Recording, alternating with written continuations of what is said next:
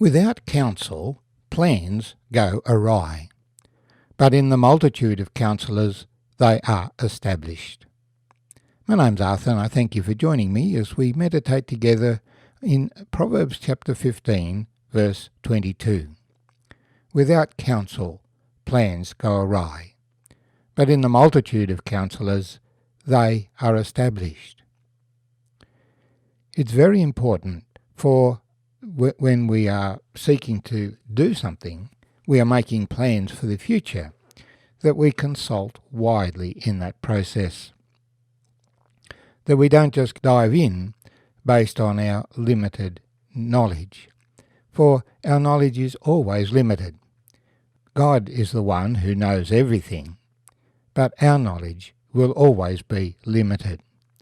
We sometimes get bright ideas and we run with those ideas, only to find that there are some issues that we were unaware of, so that our plans go awry.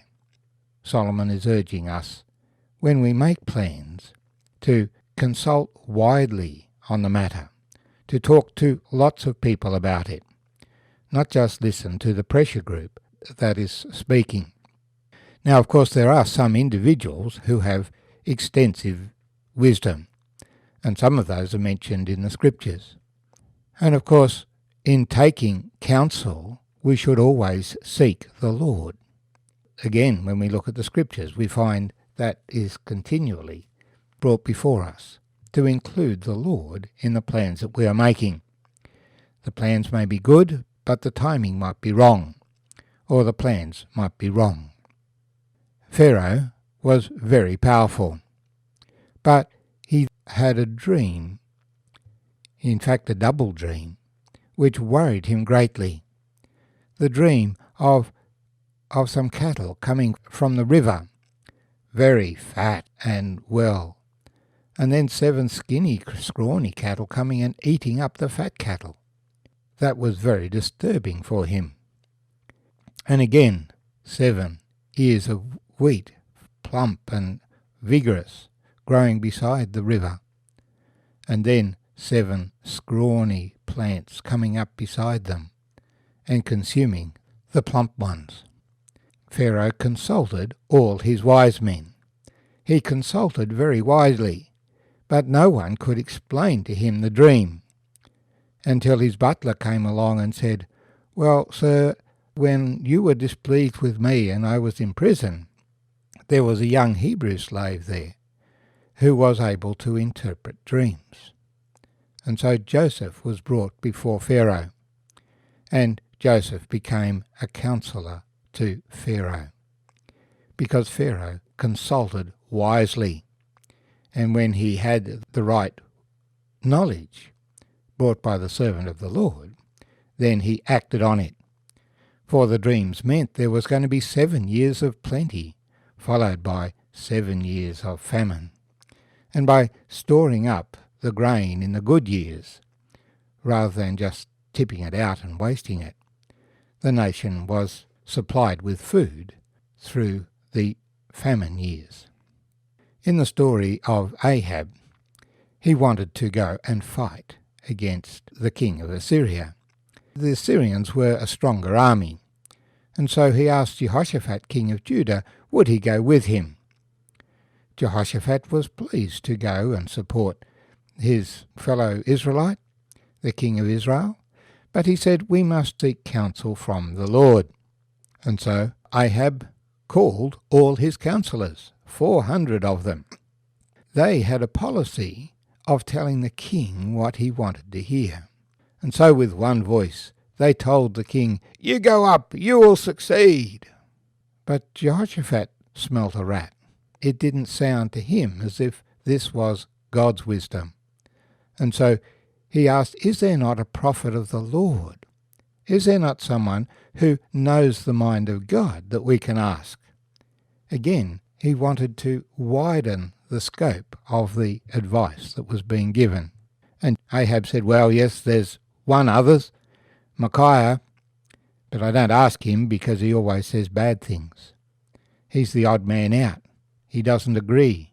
He always speaks the truth. He doesn't just tell me what I want to hear." Well, Jehoshaphat said, "Don't say that. Go and ask him. Let's consult with him." And so they asked Micaiah. And the messengers tell Micaiah, "Now be a good boy. Tell the king what he wants to hear." But Micaiah says, "No, I'll tell what the Lord says. It is required of us, if we are to give counsel, that we give honest and true counsel." There's a strong tendency in a lot of modern counselling just to reflect what people say, to tell people what they want to hear, because we want them to come back and have another session with us.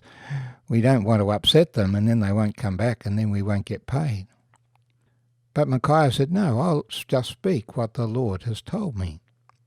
And the Lord has told me that Israel will be as sheep without a shepherd." When Ahab heard that, he committed Micaiah to the prison on bread and water until he should return. But he never did return.